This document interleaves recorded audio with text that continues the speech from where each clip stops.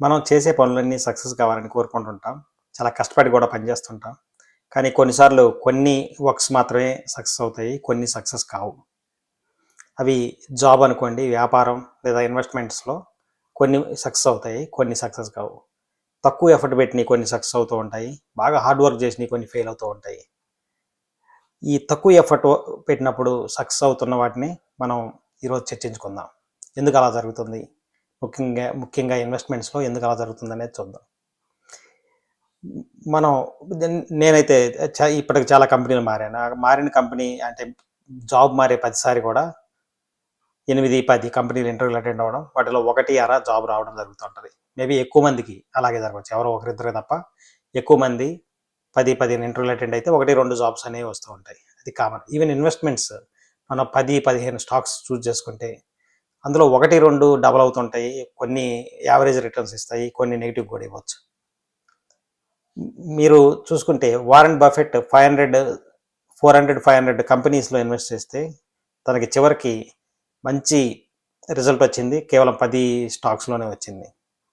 ఇక మీకు మనందరికీ తెలిసినటువంటి Telugu distributor cum producer Dil Raju, ఆయన ఎన్నో సినిమాలు డిస్ట్రిబ్యూట్ చేస్తే ఒక దిల్ తోటి టర్న్ అరౌండ్ వచ్చింది. తర్వాత ఆది వాటిలతోటి ప్రాఫిట్ వచ్చింది. కాబట్టి సక్సెస్ రేట్ అనేది చాలా తక్కువగా ఉంది బిజినెస్లో కూడా. ఇక జనరల్గా కంపెనీస్లో రిలయన్స్ వీటిల్లో చూసుకుంటే రిలయన్స్ ఇప్పుడు ఆయిల్ బిజినెస్ చేస్తుంది, టెలికాం బిజినెస్ చేస్తుంది, రిటైల్ బిజినెస్ కూడా చేస్తుంది. వాటిలో కొన్నిటికి ఎక్కువ మార్జిన్ ఉంటుంది, కొన్ని బిజినెస్లో తక్కువ మార్జిన్ ఉంటుంది. కానీ ఓవరాల్గా మొత్తం బిజినెస్ రన్ అవ్వాలంటే అన్ని బిజినెస్లో రన్ చేసి ఎక్కువ బిజినెస్లో లాభం వచ్చే దగ్గర చూస్తారు. అలాగే అమెజాన్ చూసుకున్న అమెజాన్ వెబ్ సర్వీసెస్ వీటిల్లో ఎక్కువ లాభం వస్తుంది. ఇంకా మిగతా జనరల్ సేల్స్ వీటిల్లో తక్కువ, ఆన్లైన్ డెలివరీలో తక్కువ ప్రాఫిట్ వస్తుంది. అలా అని చెప్పేసి బిజినెస్ని కొన్నిటినే రన్ చేయలేరు. అన్నీ రన్ చేసినప్పుడే కస్టమర్స్ అనేవాళ్ళు. ఈవెన్ మ్యూచువల్ ఫండ్స్, ఈటీఎఫ్స్ వాటిల్లో పెట్టుబడి పెట్టినప్పుడు కూడా మనం ఏమనుకుంటామంటే మంచి లాభాలు రావాలి అని అనుకుంటాం. మీరు యాక్చువల్గా చూసుకుంటే ఇప్పుడు సైకాలజీ ఆఫ్ మనీ అనే బుక్లో ఒక ఎగ్జాంపుల్ ఉంది. అందులో ఏంటంటే ముగ్గురు ఇన్వెస్టర్స్ 2 డిఫరెంట్ టైమింగ్స్లో ఇన్వెస్ట్ చేస్తూ ఉంటారు. వాళ్ళు 1900 to 2019 అంటే 119 ఇయర్స్, 119 సంవత్సరాలు ఇన్వెస్ట్ చేస్తే అందులో 1428 నెలలు ఉన్నాయి, 1428 మంత్స్ ఉన్నాయి. అందులో 300 మంత్స్ వచ్చే రెసిషన్ నడిచింది. ఈ ముగ్గురు షూ, జిమ్ అండ్ టామ్ అనేవాళ్ళు 3 డిఫరెంట్ స్టైల్స్లో ఇన్వెస్ట్ చేశారు. షూ అనే వ్యక్తి కంటిన్యూగా ఎవ్రీ మంత్ $1 ఇన్వెస్ట్ చేస్తూ ఉన్నాడు ఈ 119 నెలలు. జిమ్ అనే వ్యక్తి ఏదైనా రెసిషన్ వచ్చే ముందు ఇన్వెస్ట్మెంట్ తీసేసుకుంటున్నాడు, రెసిషన్ అయిపోగానే మళ్ళీ ఇన్వెస్ట్ చేస్తున్నాడు. అలా ఈ 119 సంవత్సరాలు అలా ఇన్వెస్ట్ చేశాడు. ఇంకా టామ్ అనే వ్యక్తి రెసిషన్కి ముందు ఒక 6 నెలల ముందు విత్డ్రా చేసుకోవడం, రెసిషన్ అయిపోయిన తర్వాత ఒక 6 months తర్వాత ఇన్వెస్ట్ చేయడం చేస్తూ ఉన్నాడు. ఇప్పుడు మీరు కానీ టేబుల్లో కానీ చూసినట్టయితే వాళ్ళ రిటర్న్స్ ఎలా ఉన్నాయంటే షూకి 4,33,000, $4,33,000 ఇప్పటివరకు ఉన్నాయి. ఇంకా జిమ్కి 2,57,000, టామ్కి 2,34,000. దీన్ని బట్టి చూస్తుంది తెలిసేది ఏంటంటే కంటిన్యూగా ఇన్వెస్ట్ చేస్తున్న వాళ్ళకి 4,33,000 అనేది ఎక్కువ మొత్తం సమకూడింది. ఇలా అంటే దాన్ని బట్టి కంటిన్యూగా అంటే ఎటువంటి వాతావరణం అయినా, రెసిషన్ లేకపోయినా, ఎకానమీ బాగున్నా బాగలేకపోయినా కంటిన్యూగా ఇన్వెస్ట్ చేస్తూ ఉండడం వల్ల అమౌంట్ అనేది అంత గ్రో అయింది. ఇప్పుడు ఈ ఎగ్జాంపుల్లో తెలిసేది ఏంటంటే ఈ ఈటీఎఫ్స్, మ్యూచువల్ ఫండ్స్ వీటిల్లో ఒక స్టాక్స్ అనేవి సపోజ్ ఇండెక్స్ ఫండ్ తీసుకుంటే అందులో నిఫ్టీ 50 50 స్టాక్స్ ఉంటాయి. అందులో నిఫ్టీ 50లో 50 స్టాక్స్ కంటిన్యూగా ఉండాలని ఏం లేదు. కొన్ని ఎగ్జిట్ అవుతుంటాయి. ఎవ్రీ 3 years, 5 yearsలో కొన్ని ఎగ్జిట్ అవుతుంటాయి, కొన్ని న్యూ యాడ్ అవుతుంటాయి. ఉన్నోటిల్లో కూడా కొన్ని పర్ఫార్మెన్స్ అనేది డబుల్, ట్రిపుల్ అవుతుంటాయి. కొన్ని వచ్చేసి యావరేజ్ పర్ఫార్మెన్స్ ఉంటాయి, కొన్ని నెగిటివ్గా కూడా ఉంటాయి. కానీ ఆన్ యావరేజ్ 50 స్టాక్స్ తీసుకున్నప్పుడు మనకి 15%, 16% లేదంటే 10% అలా రావడం జరుగుతుంది ఇయర్. ఈ నిఫ్టీ 50, నాస్డాక్, S&P 500 ఇవి ఎలా పర్ఫామ్ చేసాయో ఒకసారి ఎక్సెల్లో చూద్దాము. ఈ 20 years కానీ నిఫ్టీ 50 కానీ చూసుకుంటే ఇక్కడ 1000 స్టార్టింగ్ ఇన్వెస్ట్ చేస్తే ఎంత రిజల్ట్ వస్తుంది, అలాగే 1000 ఎవ్రీ మంత్ సిస్టమేటిక్ ఇన్వెస్ట్మెంట్ ప్లాన్లో ఇన్వెస్ట్ చేస్తే ఎంత వస్తుంది అనేది ఒకసారి చూద్దాము. ఇక్కడ వచ్చేసి సంవత్సరానికి 1000 ఫస్ట్ 1 year ఇన్వెస్ట్ చేశాడు.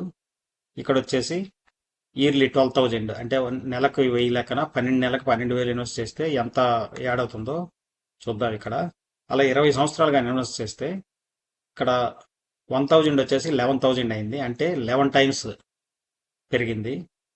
ఇక విత్ సిప్ ఎవ్రీ మంత్ 1000, అంటే 20 సంవత్సరాల్లో 2,40,000 కానీ ఇన్వెస్ట్ చేస్తే అది 9,58,000 అయింది. లో కానీ చూసుకుంటే యుఎస్లో S&P 500 1000 ఇన్వెస్ట్ చేస్తే ఎంత అయింది, నాస్డాక్లో ఎంత 1000 ఇన్వెస్ట్ చేస్తే ఎవ్రీ మంత్ ఎంత అయింది అని కానీ చూస్తే మనం ఇక్కడ చూడొచ్చు. ఒక 2008లో 37% S&P 500 కరెక్ట్ అయితే నాస్డాక్ 100 అనేది 41% కరెక్ట్ అవ్వడం జరిగింది. అలాగే 2018లో 2002లో కూడా కరెక్ట్ అవ్వడం జరిగింది.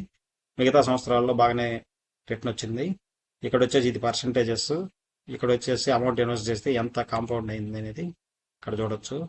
మనం ఎండ్కి కానీ వెళ్తే S&P 500 వచ్చేసి 20 సంవత్సరాల్లో 7 టైమ్స్ పెరిగితే అదే నాస్డాక్ 100 వచ్చేసి 12 టైమ్స్ పెరిగింది.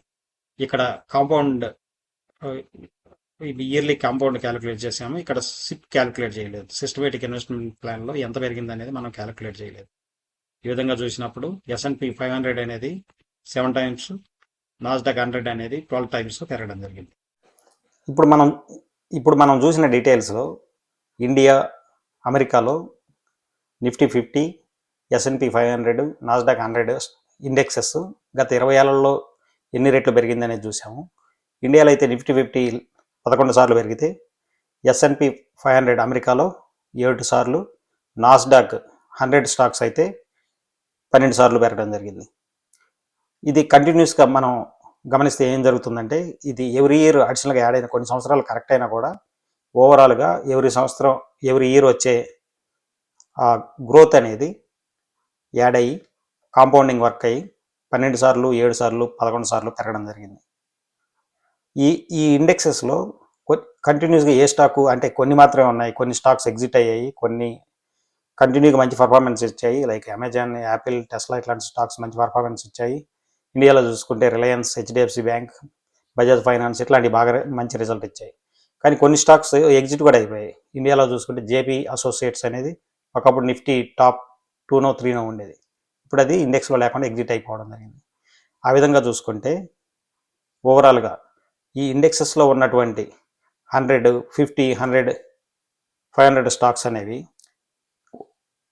కంటిన్యూగా కొన్ని గ్రో అవుతున్నాయి, కొన్ని గ్రో అవ్వట్లేదు. ఆ విధంగా కన్సాలిడేటెడ్ కొన్ని అంటే ఎక్కువ పర్సెంటేజ్ గ్రో అవ్వడం ద్వారా మంచి ప్రాఫిట్స్ అనేది రావడం జరుగుతుంది. నేను చెప్పాలనుకుంది ఏంటంటే, ఈ బిజినెస్లు ఏటిల్లో కూడా ప్రాఫిట్స్ అనేది కొన్ని తక్కువ భాగాల నుంచి వచ్చి ఎక్కువ భాగం స్ప్రెడ్ అవుతుంది. సో మనం తెలుసుకోవాల్సింది ఏంటంటే, మనం చేసిన ప్రతిదీ సక్సెస్ అవ్వాలని లేదు. సక్సెస్ అయిన కొద్దీ మంచి ఇన్ఫ్లుయెన్స్ చేసి ప్రాఫిట్స్ రావడానికి అవకాశం ఉంది. ఇప్పుడు మనం చూసింది కేవలం ఇండెక్స్ ఫండ్స్ మాత్రమే. అదే నార్మల్ మ్యూచువల్ ఫండ్ హౌసెస్ నిర్వహిస్తున్న మ్యూచువల్ ఫండ్స్ అయితే ఇంకా ఎక్కువ పర్ఫార్మెన్స్ ఇచ్చి ఉండొచ్చు. నిప్పాన్ కానివ్వండి, SBI కానివ్వండి, లేదా HDFC, వీటిలో large cap funds, mid cap, small cap, Contra, ఈ ఫండ్స్ అన్నీ కూడా ఇంకా ఎక్కువ 20 టైమ్స్ 30 టైమ్స్ కూడా పెరిగినటువంటి అవకాశం ఉంది ఈ 20 సంవత్సరాలలో.